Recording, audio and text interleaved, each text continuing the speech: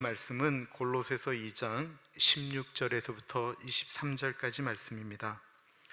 하나님의 말씀을 받들어 봉독할 때에 살아계신 하나님의 음성을 들으시기 바랍니다. 그러므로 먹고 마시는 것과 절기나 초하루나 안식일을 이유로 누구든지 너희를 비판하지 못하게 하라.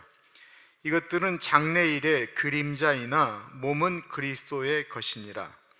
아무도 꾸며낸 겸손과 천사 숭배를 이유로 너희를 정죄하지 못하게 하라. 그가 그 본 것에 의지하여 그 육신의 생각을 따라 헛되이 과장하고 머리를 붙들지 아니하는지라. 온몸이 머리로 말미암아 마디와 힘줄로 공급함을 받고 연합하여 하나님이 자라게 하심으로 자라느니라. 너희가 세상의 초등학문에서 그리스도와 함께 죽었거든 어찌하여 세상에 사는 것과 같이 규례에 순종하느냐. 곧 붙잡지도 말고 맛보지도 말고 만지지도 말라 하는 것이니 이 모든 것은 한때 쓰이고는 없어지리라. 사람의 명령과 가르침을 따르느냐. 이런 것들은 자의적 숭배와 겸손과 몸을 괴롭게 하는 데는 지혜 있는 모양이나 오직 육체 따르는 것을 금하는 데는 조금도 유익이 없느니라. 아멘. 우리의 구세주이신 하나님 앞으로 나아가는 길은 오직 하나, 예수 그리스도를 통하여입니다. 사람은 모두 죽습니다. 죽지 않는 사람은 없습니다. 사람은 죽으면 끝이 아닙니다. 사람은 죽으면 하나님 앞에서 심판을 받습니다. 우리가 하나님 앞에 갖고 올라갈 수 있는 선한 행동을 우리 나름대로는 많이 준비해서 하나님의 심판대 앞에서 우리가 우리의 선한 일들을 드러내려고 할 때 우리가 준비한 것보다 훨씬 더 많은, 우리가 겉으로 지은 죄, 속으로 지은 수많은 죄를 적은 고발장을 가지고 마귀도 하나님 앞에 같이 서게 됩니다. 그때 그 심판대 앞에서 우리를 변론해 줄 수 있는 것은 아무것도 없습니다. 오직 예수 그리스도만이 우리를 변호해 주실 수 있습니다. 예수님은 우리를 변호하시는데 우리가 행한 선한 일들, 당신이 했던 선한 일들을 나에게 알려다오. 그리고는 그것을 가지고 하나님 앞에 서지 않습니다. 우리 같이 골로새서 2장 14절 15절 말씀, 고난주간 특세 때 본문이었던 말씀이었는데요, 우리 한번 같이 읽어보겠습니다. 우리를 거스리고 불리하게 하는 법조문으로 쓴 증서를 지우시고 제하여 버리사 십자가에 못 박으시고 통치자들과 권세들을 무력화하여 드러내어 구경거리로 삼으시고 십자가로 그들을 이기셨느니라. 마치 죄인을 고발하듯 검사에 위치해 있는 마귀가 우리의 죄를 가지고 하나님 앞에 나아갑니다. 하나님, 이 책에는 저 사람이 이 땅 가운데서 살아있는 동안 지은 수많은 죄가 적혀져 있습니다. 하나님이 그것을 보고 알았다라고 이야기합니다. 그리고는 그것을 읽기 위해서 한 장 한 장 넘기기 시작하는데 거기에는 아무것도 쓰여 있지 않았다라는 것입니다. 하나님이 마귀에게 얘기합니다. 아무것도 안 써 있는데? 그럴 리가 없습니다. 하나님, 줘보십시오. 그런데 거기에는 아무것도 없습니다. 십자가의 은혜가 법조문으로 쓴 증서를 지우시고 제하여 버렸다라고 말씀하시기 때문에 그렇습니다. 십자가로 죄를 이겼기 때문에 그렇다라는 것입니다. 마귀가 우리의 죄를 쓴 법조문을 가지고 아무리 고소해도 우리의 죄를 예수 그리스도의 십자가 사랑이 덮으셨다라는 것입니다. 우리가 천국에 들어가는 길에 예수 그리스도의 십자가 은혜 외에 사람의 어떠한 것도 그 구원의 그 은혜에 어떠한 도움도 줄 수가 없습니다. 오직 예수 그리스도의 십자가만이 오직 예수 그리스도의 은혜만이 우리를 용서하시고 구원하실 수 있습니다. 그런데 오늘날뿐만 아니라 그 옛날 골로새 교회에도 이상한 일이 발생하였습니다. 그것은 예수 외에 구원의 길이 있다라고 이야기하는 것입니다. 하나가 계속해서 말씀드렸던 율법주의입니다. 16절을 보십시오. 그러므로 먹고 마시는 것과 절기나 초하루나 안식일을 이유로 누구든지 너희를 비판하지 못하게 하라. 여전히 초대교회는 예수님을 믿었지만 그것만 가지고는 구원받을 수 없다. 성경에 나와 있는 것, 먹을 거와 먹지 말아야 될 것, 성경에서 지키라고 하는 것들을 다 지켜야만이 구원을 얻는다라고 하는 유대인들의 말이 그들에게 먹힌 것입니다. 아까 성경 공부할 때 말씀을 드렸는데, 죄인이라고 느꼈던 우리들에게 예수님이 다가오셔서 예수 그리스도를 믿으면 우리의 죄를 용서하시고 우리를 구원해 주신다라고 하는 그 복된 말씀, 복음이라고 하는 건 단순한 거예요. 복음은 복잡한 게 아니에요.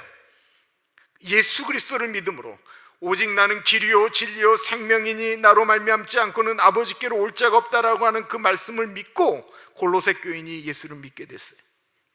예수를 믿게 됐는데 바뀌는 게 별로 없는 거예요.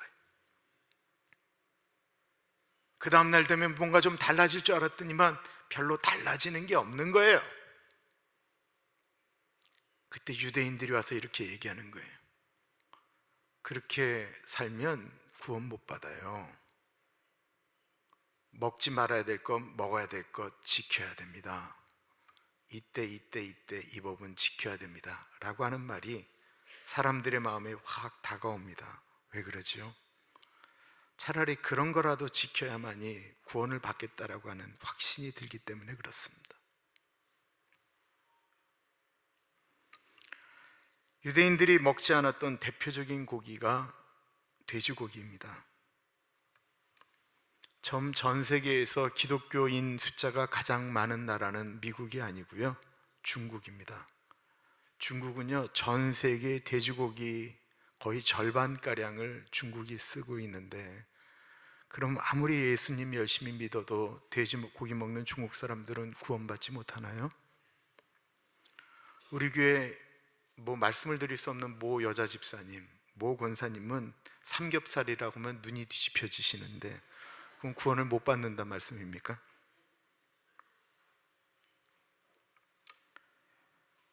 먹고 마시는 것은 우리의 건강과 관계가 있는 것이지 구원과 관계가 없습니다.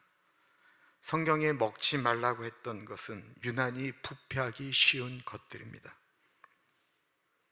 뭘 해야 구원을 얻는다, 뭘 지켜야 구원을 얻는다, 좋은 말씀 같지만 오직 예수 그리스도의 십자가 은혜로만 구원을 얻는다라고 하는 그 말을 어떻게 보면 부인하는 말이다라는 것입니다.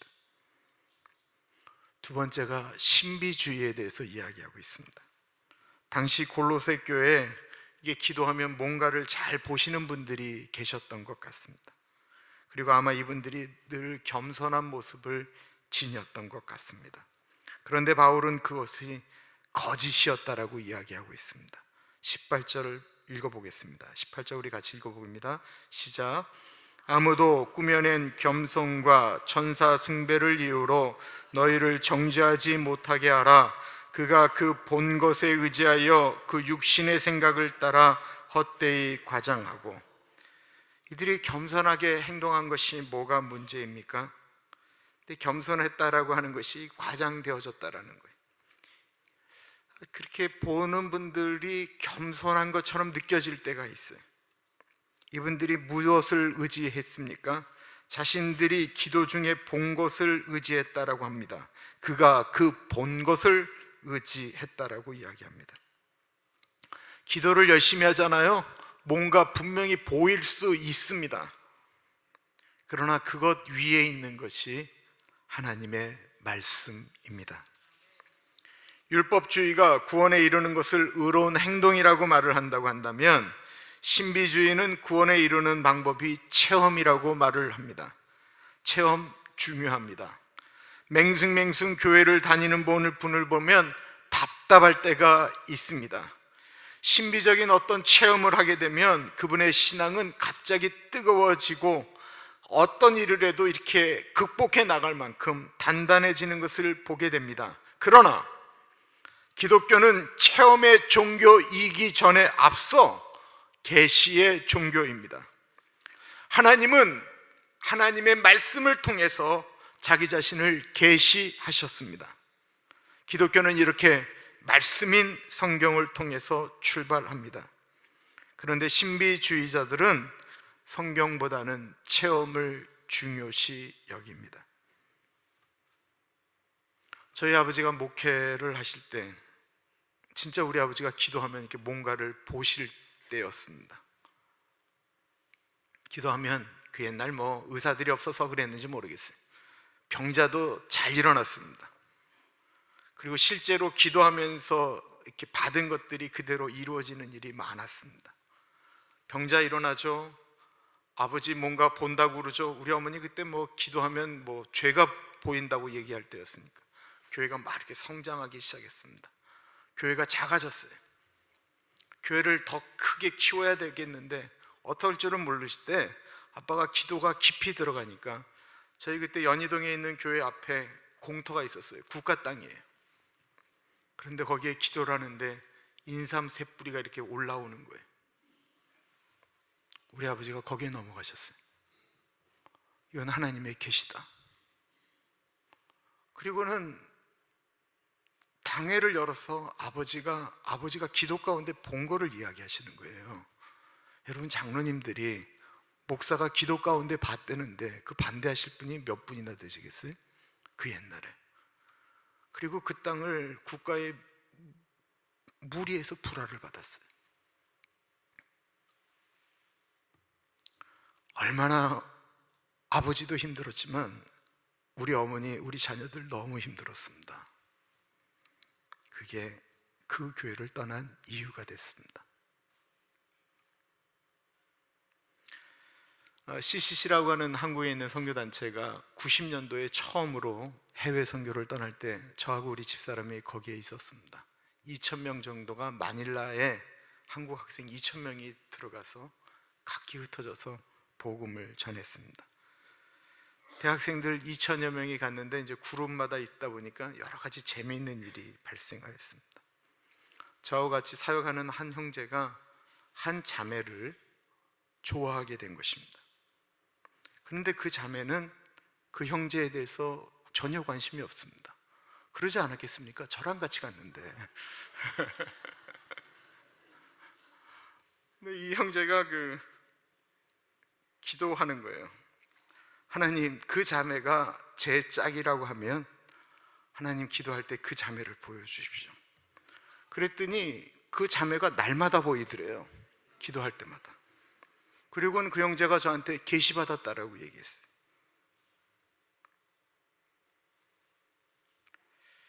자기는 계시를 받았는데 그 자매가 하나님의 그 계시를 무시한다라는 거예요. 저는 그 말씀을 딱 듣는 순간 상사병이구나 라고 생각했습니다. 그래서 제가 그 형제에게 얘기했어요. 다음부터 기도할 때는 그 자매가 기도할 때 형제가 보이게 해달라고 기도하십시오. 그 형제가 제 충고를 들었을까요? 절대로 안 듣습니다. 왜냐하면 하나님의 계시라고 믿기 때문에 그렇습니다. 여러분, 이게 좀 위험한 거예요. 저는 어느 유명한 목사님이 본인은 아침에 나가실 때 하나님 무슨 넥타이 맬까요? 라고 하면 하나님이 알려주신다라고 말씀하시는 목사님, 제가 굉장히 존경했습니다. 본인은 그렇게 하나님이 늘 이렇게 매치해 주셨기 때문에 옷을 못 입는다라는 말씀을 들은 적이 없다라고 말씀하셨습니다. 그런데 왜 그분이 어떤 돈을 유용하는 데 있어서는 하나님의 계시를 그렇게 무시하셨을까요? 우리가 지금 다 아는 분이기 때문에 말씀을 못 드려요. 그분이 옛날에 그렇게 부흥회 때 많이 말씀을 하셨어요. 우리가 하나님에게 여러 번 기도하고 어떤 것들을 받아야 된다고 여러 번 말씀하실 때 이해를 굉장히 많이 드셨어요. 또 다른 문제는 과장이다라는 것입니다. 18절을 다시 보면 헛되이 과장하고라고 하는 말이 있습니다. 무엇인가를 보는 분들은 갑자기 그것이 봤다라고 하는 것이 너무나도 흥분되고 좋고 다른 사람들한테 그걸 드러내고 싶으니까 본인이 본 것보다 더 과장할 수 있다는 것입니다. 여러분 그렇지 않아요? 그래서 과장이 거짓말인 거예요.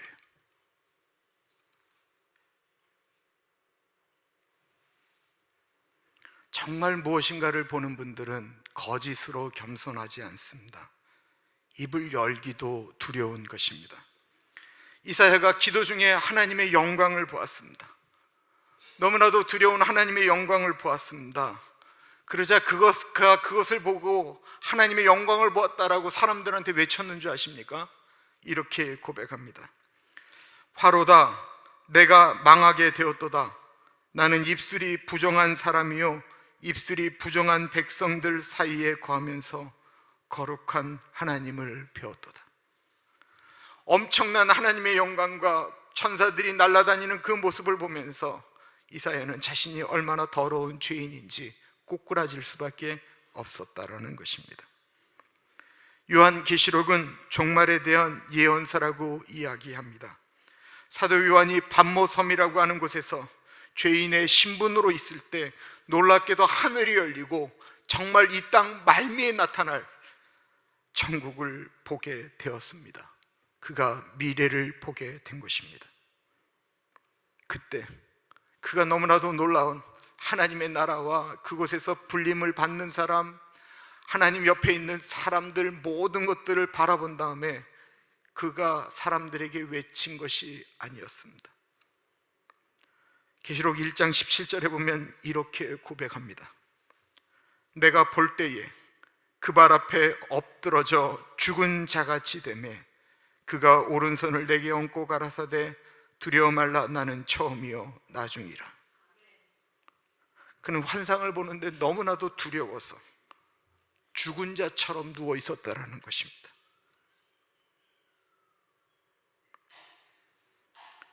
그래서 무엇인가를 기도할 때 보았으면 그 함부로 얘기하면 안 됩니다.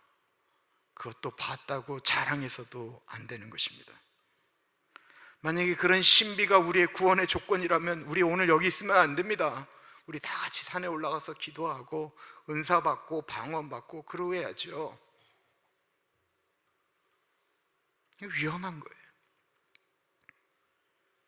세 번째가 금욕주의에 대해서 이야기하고 있습니다. 금욕이라고 하는 것은 인간적인 욕심을 억제하는 것을 의미하는 참 좋은 말입니다. 우리에겐 금욕이라고 하는 것이 꼭 필요합니다. 신앙생활에도 도움이 됩니다. 예수님 공생애 시작하면서 바로 시작하신 것이 40일 금식하신 것이었습니다. 그러나 금욕을 해야 구원을 받는 것은 아닙니다. 욕심을 억제하는 금욕은 매우 중요한 일이지만 금욕이 구원에 이르는 길은 아니다라는 것입니다. 예수 믿는 사람들은 극장에 가서는 안 된다. 예수 믿는 사람들은 큰 집에서 살면 안 된다. 예수 믿는 사람들은 좋은 차 타면 안 된다. 텔레비전은 마귀다. 할 수 있거든 일주일에 몇 번씩 금식해야 된다. 성욕이 일어나는 것을 억제해야 된다. 수많은 이야기들이 나올 수 있습니다. 당시 헬라 철학은 이원론적인 사고의 뿌리를 두고 있었습니다. 육체는 악하고 영혼은 깨끗하다라고 하는 사고였습니다. 그리고 이 사고는 지금도 많은 기독교인들에게 아주 뿌리 깊게 자리를 잡고 있습니다. 세상은 악한 것이고 하늘나라만 선하다라고 말하는 것이 그것입니다. 아니요, 하나님께서 하나님의 형상을 따라 이 땅을 만드셨을 때 이 세상을 악으로 만들지 않았다라는 것입니다. 금욕주의자들이 뭐라고 이야기합니까? 21절 같이 읽어보겠습니다. 21절 시작. 곧 붙잡지도 말고 맛보지도 말고 만지지도 말라 하는 것이니 세상에 있는 것을 붙잡지도 말고 맛보지도 말고 만지지도 말라라는 것입니다. 그리고는 세상과 구별된 삶을 살라고 하는 것입니다. 좋은 말입니다. 이 말이 나쁜 말이다라고 지금 말씀드리는 것 아닙니다. 사람들은 모두 욕심이 있습니다.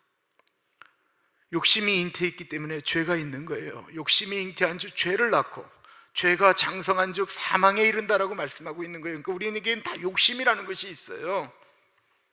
물질적인 욕심이 없는 사람, 이거 좀 거짓말입니다. 제가 돈을 싫어할 것 같습니까? 제가 돈 무지하게 좋아한다니까요. 우리에게는 식욕이 다 있어요. 어르신들이 가슴 아파하는 게 병든 다음에 말씀할 때 제일 가슴 아픈 얘기가 먹고 싶은데 안 들어간다라는 거예요. 그 얼마나 가슴 아픈 얘기예요. 우리에게 물질의 욕심이 있어요.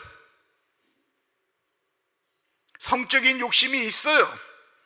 각종 정욕들이 사람들 속에 있습니다. 그러다 보니까 우리들은 그것을 이기려고 합니다. 또한 그것을 이기는 것은 아름다운 것입니다. 그러나 우리가 음식이나 정욕이나 다른 물질적인 것들에 대해서 자신을 억제하는 것이 기독교이고, 기독교인들이 그렇게 살아가는 것이 가장 이상적인 생활이다라고 말하면 그것은 틀린 것입니다. 어쩌면 정말 위험한 생각인지 모릅니다. 주님이 우리에게 주신 성욕도 좋고 아름다운 것이고 식욕도 아름다운 것입니다. 다만 주님은 우리가 그것을 다스리기를 원하시는 것입니다. 하나님은 한 번도 우리에게 그것을 끊으라고 말씀하신 적이 없습니다. 우리 골로새서 2장 20절 다시 한번 보겠습니다. 골로새서 2장 20절입니다. 시작. 너희가 세상의 초등학문에서 그리스도와 함께 죽었거든 어찌하여 세상에 사는 것과 같이 규례에 순종하느냐. 여기에 너희가 그리스도와 함께 죽었다라고 말씀하고 있습니다. 우리가 예수님을 믿는다라고 하는 것은 예수님 전에 우리의 욕심을 따라 우리의 원하는 대로 행동했던 정욕, 이 모든 것들을 죽였다라고 하는 것입니다. 그렇다고 하면 그것이 없어지는 게 아니에요. 예수님과 함께 살아났을 때 우리는 또 다른 것을 갖고 절제하며 살아가는 것을 의미하는 거예요. 사도 바울이 갈라디아서 2장 20절에 하셨던 말씀, 내가 그리스도와 함께 십자가에 못 박혔나니 그런즉 이제는 내가 산 것이 아니요 오직 내 안에 그리스도께서 사신 것이라. 이제 내가 육체 가운데 사는 것은 나를 사랑하사 자기 몸을 버리신 하나님의 아들을 믿는 믿음 안에서 사는 것이라. 우리가 예수님 안에는 죽었지만 우리가 육체 안에서 다시 사는 것입니다. 예수님을 위해서 산다라는 것입니다. 내가 전에는 나 자신을 위하여 살았는데 이제는 예수를 위해서 사는 내가 존재한다라는 것입니다.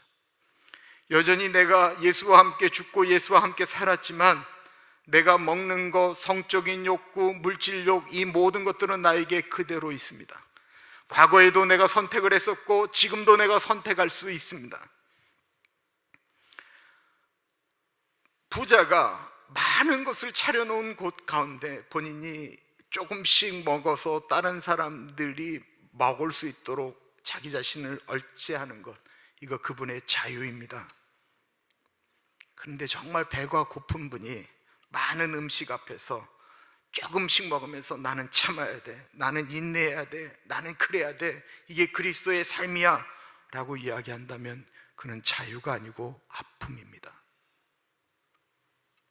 집에 텔레비전이 있을 것입니다. 우리가 키면 뭐든지 볼 수 있습니다. 그것은 우리가 볼 수도 있고 안 볼 수도 있습니다. 그것은 내가 보고 안 보는 것은 나의 자유의 문제이지 죄의 문제가 아니다라는 것입니다. 나는 텔레비전을 켜면 안 돼, 내가 텔레비전을 보면 마귀가 이기는 것이고 내가 텔레비전을 안 보면 내가 이기는 거다. 그리고 텔레비전을 앞에 두고 기도할 필요 없습니다. 그러지 마시고 고민하지 마시고 야드 세일에 갖고 오시면 된다라는 거예요. 왜 굳이 그거 갖다 놓고 그렇게 고민을 하세요? 고민하지 마시고 야드 세일로 제발 좀 가지고 오세요. 금욕은 아름다운 절제입니다. 그러나 금욕이 구원에 이르는 방법은 아니다라는 것입니다. 23절 뒷부분은 이렇게 이야기하고 있습니다. 오직 육체에 따르는 것을 금하는 데는 조금도 유익이 없다라는 것입니다. 금욕생활이 유익이 있기는 있지만 구원과는 전혀 상관이 없다라는 것입니다. 이 땅에 사는 동안 도움이 됩니다. 그러나 그것이 구원과는 관계 없습니다. 그것 아세요? 안 해야지, 하지 말아야지, 하지 말아라 이러면 더 하고 싶은 것, 사단이 그것 노리고 있습니다. 예수님 제대로 만나면요, 그거 그렇게 별로 문제 안 됩니다. 저절로 안 하게 될 가능성이 훨씬 더 높습니다. 제 친구가 저와 같이 교회를 다녔습니다. 그 친구는 예수님 못 만났고 저는 예수님 만나서 저는 전도사가 됐습니다. 이 친구가 그래도 부모님이 신앙생활을 하는 분이라 교회는 생활하다 보니까 늘 담배 끊어야지, 늘 담배 끊어야지, 늘 술 끊어야지, 술 끊어야지 하는데 잘 안 되는 거예요. 한 3일 담배 끊었다가 화딱지가 나서 뉴스를 보다가 정부가 저게 뭐야, 담배 어디 있어 이러고는 늘 피는 거예요. 그리고는 피면서 고통하는 거예요. 나는 이거밖에 안 된다, 나는 죄인이다 이러는 거예요. 제가 그래서 그러지 말라고 그랬어요. 너 내가 보니까 내 앞에서 담배 끊는다라는 거 수십 번도 더 했는데 넌 못 끊는다. 그냥 계속 펴라. 대신 그 담배 피는 사람들 거 뺏어서 네가 다 펴. 다른 사람들 건강을 위해서 네가 대신 펴. 넌 거기에 대해서 자유해. 그냥 네가 다 펴. 술 먹을 때 마음껏 마셔. 다른 사람들 술 드시는 거 다 뺏어서 네가 먹고 그분들 집에 빨리 갈 수 있도록 얘기해. 그리고 네가 죽으면 그게 순교지. 그게 순교야. 열심히 피고 열심히 마셔. 나를 딱 보더니 야, 그게 전도사가 할 소리냐? 그거 갖고 고민하는 거예요. 근데 고민하면 고민할수록 거룩해지었으면 얼마나 좋겠어요. 고민하면 고민할수록 더 큰 죄책감이 사로잡히는 거예요. 근데 여자를 만났어요. 너무나도 불행하게도 목사님 딸을 만났어요. 이 여자분이 결혼한 다음에 이 남편을 억지로 끌고 성경 공부하는 데 데려가고, 그 싫어하는 거 뻔히 알면서도 그냥 막 이렇게 불러서 기도하는 모임 데려가고, 이 친구가 특별한 계시를 받은 게 아니에요. 어느 날 이렇게 얘기하더라고요. 나 이제 술 담배 끊었어. 이걸 딱 끊었다라는 게 아니고 어느 순간에 이렇게 멀어져 버린 거예요. 그 삶이 10여 년 고민했는데 주님 만나고 나니까 단순하게 해결이 됐어요. 이게 중요한 것입니다. 금욕을 하는 것, 체험하는 것 참 소중한 일이지만 그것이 예수님보다 중요한 것은 아니다라는 것입니다. 이 세상에 예수님보다 더 소중한 것은 없습니다. 우리를 천국에 가게 하는 것은 예수 그리스도를 믿는 믿음이지 다른 것은 아니다라는 것입니다. 그러나 저는 여러분들이 체험도 하시고 금욕 생활도 하시기를 바랍니다. 그러나 그것이 구원에 이르는 길이라고는 절대로 생각하지 마십시오. 우리는 예수님만 바라보는 것입니다. 우리의 소망과 삶의 기대가 온전히 예수 그리스도 이 한 분에게 초점 맞춰져 있기를 소원합니다. 기도하겠습니다. 참으로 존귀하신 하나님 아버지, 오직 예수 그리스도, 그 예수 그리스도를 통하여 우리가 구원을 얻었는데 우리가 주님을 모시고 살아가는 우리의 모습이 그렇지 너무나도 못하기 때문에 때때마다 흔들리고, 그 흔들리는 우리들을 수많은 이단이 사로잡아 갑니다. 귀하신 예수님, 우리가 다시 한번 살아계신 예수 그리스도를 붙잡습니다. 예수님, 우리에게 믿음을 주옵소서. 우리가 주 그리스도를 받아 그에게 뿌리를 내리고 우리가 믿음을 더욱 견고하게 하여 우리가 모든 일에 감사가 끊이지 않도록 골로새서의 사도 바울이 언급한 바와 같이 우리가 예수 그리스도에게 뿌리를 내리고 예수님을 믿음으로 이 땅에서 살아가는 우리의 모든 삶 가운데 예수님을 모신 사람답게 살아가는 우리 모두가 되게 하여 주옵소서. 존귀하신 예수님 이름으로 기도드립니다. 아멘.